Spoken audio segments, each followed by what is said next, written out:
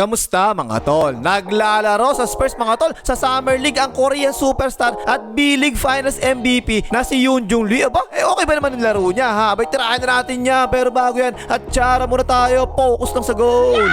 Okay game, eto yung mga naging laro niya so far sa Summer League ha. Naka-anim na laro siya mga tol Sana all. Sa Spurs versus Heat, 5 points, 3 rebounds, 2 assists, 2 out of 5 sa field goals at 1 out of 3 sa 3 points. Tapos sa Spurs versus Warriors naman, 11 points, 2 rebounds, 4 out of 7 sa field goals, 2 out of 5 sa 3 points at 1 out of 1 sa free throw. Tapos Spurs vs Lakers naman, 7 points, 7 rebounds, 4 assists, nice, 1 steal, 1 out of 8 lang sa field goals, 0 out of 6 sa 3 points at 2 out of 2 sa free throw. Tapos Spurs vs Sox naman, 0 points, 1 rebound, 1 steal, 1 block, 0 out of 4 sa field goals at 0 out of 4 sa 3 points. Naku po. Spurs vs Knicks naman, 3 points, 2 rebounds, 1 out of 3 sa field goals at 1 out of 3 sa 3 points. Tapos panghuli, Spurs vs Bucks, 12 points, 3 rebounds, 1 assist, 1 steal, 1 block, 2 out of 7 sa field goals, 0 out of 5 sa 3 points at 5 out of 7 sa free throw. So dalawang laro yung naka-double digit siya mga tol ha. Pero hindi talaga maganda yung tinira niya sa 3 points eh. Ang total niya sa 3 points sa 6 na laro ha, 4 out of 21 lang, napakababa, 19% lang, tagmalas eh. Ito yung laban niya sa Milwaukee Bucks ha. Off the bench siya rito mga tol. Ayan siya sa corner. Tapos napasahan siya, binuwain na kagad. Portre, kumalog naman. Ito naman, semi-pass pick sila dito. Ayan siya sa gilid do. Pero nalito yung depensa. Nalibre tuloy siya sa ilalim. Napasahan pa nga, isi 2 points tuloy yan. Ito naman, napatambay na naman siya sa corner. Nag-pick and roll lang Spurs, tumulong ang depensa loob. Ayan, napasahan na naman nga siya sa corner. Tinira na naman, Portre, tungkap na naman. May pagkabuhay rin mga tol no. Bawat makakahawak ng bola, tumitira talaga palagi eh. Ayan, nalibre siya sa corner, napasahan na nga. Inatake kagad ang closeout. Ayan, tuloy-tuloy. Tol ka dyan, tol.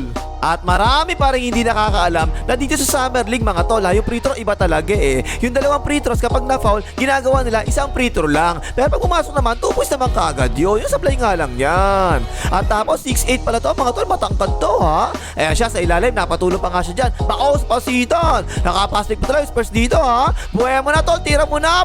Tol ka dyan tol. Eto naman, galing sa offensive rebound to mga tol ha. Eto kakampi niya, dribble lang walang niya. Naubos na siya at nakakadribble eh. Tapos nung 1 second na lang, tsaka ipinasa ka niya, hayop din eh no. Tinira tuloy kagad Portre, tungkap naman yan. Pero bumawi naman sa depensa, yung kakampi niya dribble ng dribble. Ayan, ang ganda ng depensa eh oh. Wala na nga, na-rebound pa nga tuloy niya.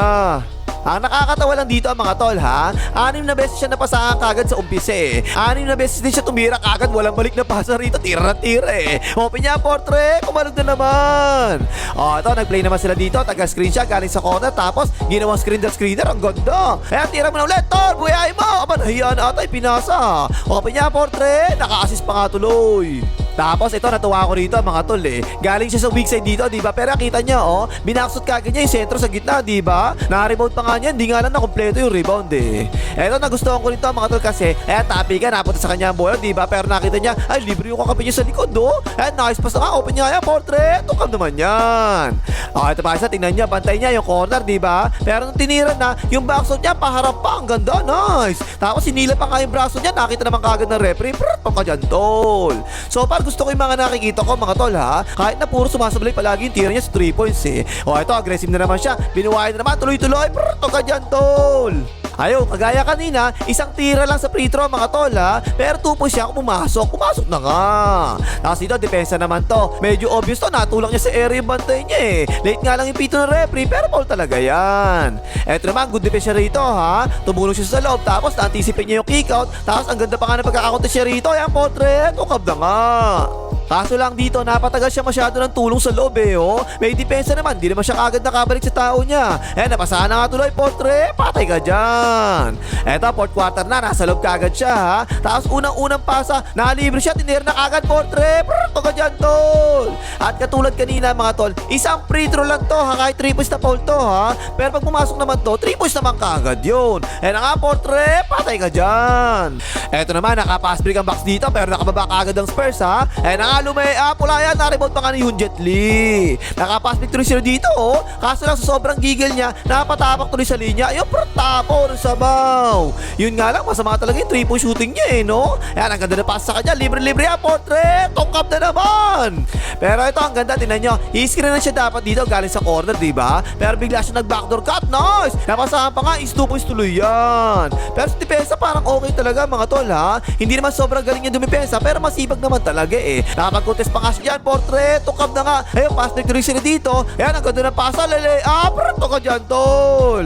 At ayun, patapos na ang laban, lamang ng 7 ang Spurs, pumawal pa nga ang box na foul tuloy si Yoon Jet Li. Ang pagkakaiba, mga tol, eto last 2 minutes na to eh. Kapag last 2 minutes na, balik na sa dating gawi. Dalawang free throws na yan, hindi lang isa. Ayun, isa lang pumasok dyan. At hindi pa nga sinasadya, na-foul na naman siya rito. Ayun, free throws na naman tuloy. Dalawang free throws naman yun na ipasok niya this time. Ayun, naka 12 points nga siya rito laban sa box. Yun nga lang, mababa talaga yung field goal percentage eh. 2 out of 7 lang sa field goals at 0 out of 5 sa 3 points. Bumawi na lang sa free throw. Ay, line mo nga ka. Ano, nagkakalimutan na naman tayo. Tigas na mukha mo eh. Asa ba pamalo ko? Mag-like ka na! Tapos ito naman yung laban sa Warriors ha. Tapos siya dito kay Iaken. Nag-isolation na nga. Medyo okay naman yung contest niya dyan. Hindi na masama eh, no? Tungkab na nga yan. At nagustuhan ko yung pestuhan niya rito sa depensa, mga tol ha. Ayan siya sa corner. Tumulong siya sa ilalim. Pero nung kumat yung tao niya, bumalik kagad siya sa tao niya. Napunta siya sa weak side. Sumalaksak sa strong side. Kagad siya. Kinuha kagad yung iniwanan ng sentro nila sa ilalim eh. No, nice. Binaksot pa nga niya yan ha. Kaya yan, hindi niya kasalanan yan. Ito, binigyan naman siya ng stagger screen galing sa corner. Ang ganda. Nakakita ang baka. Tinira agad Portre, tungkap naman yan. Tapos ito, depensa naman dito, galing sa perimeter. Nakahabol-habol naman siya, pero nagulangan siya eh, no? Pero pansinin niyo yung kamay, nakataas palagi ha. Hindi nga lang inabot yan. Eto naman, sumunod yung bantay niya, tapos nag-rotate yung depensa. Maganda yung ginawa niya, pinasa kagad niya ha. Open niya, Portre, tungkap naman yan. Hindi pa masyado pansin sa umpisa, mga tol eh, no? Galing siya sa corner dito, mga siya sa wing. Ayan, napasahan, open na open siya dyan, Portre, tungkap na naman. Eto, depensa na naman, humahabol naman siya rito eh, no? Nakataas naman ang kamay niya, pero biglang tirang takot ang ginawa eh, pasok na naman. Sa backshot na lang bumawi, mga tol eh. Ito, maganda yung backshot niya rito, paharap pa nga oh. Lahat sila, maganda yung backshot. Ayun, pumatak na yung bola sa sahig eh. Nice naman. At ayun, sa wakas, eto, nalito yung depensa ha. Step back ang ginawa niya rito, open na open siya dyan, Portre, patay ka dyan.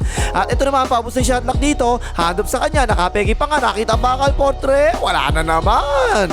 Eto, basic lang to ha. Hindi siya nakabackshot dito, pero nakakuha naman yung rebound. Ito naman, tinataon niya si Axel Sebastian. Ang ganda ng pasa eh, oh. Pero nakakontes pa rin siya dyan. Nice, yung naka-rebound pa nga. Kaso lang, pangatlo na to, mga tol eh. Na-score na naman siya sa mga salaksak, no? Na-screen na kasi siya rito. Ayan na nga, dak-dak. Ito naman, libre-libre siya rito, ha. Kaso lang, may taayang kamay, nabitawan pa nga. Pero nakakuha niya ulit yung bumper. Yung naawa pa nga. Eto, ang ganda nito. Aggressive talaga siya rito eh, no? Tapos bigla siya tumigat, at yung bumper. Basket, may kasapang foul. Tapos tingnan niyo free throw routine niya, mga tol. Parang medyo kakaiba eh, no? Pero parang may nakita na akong ganyan dati. Pumasok naman yan.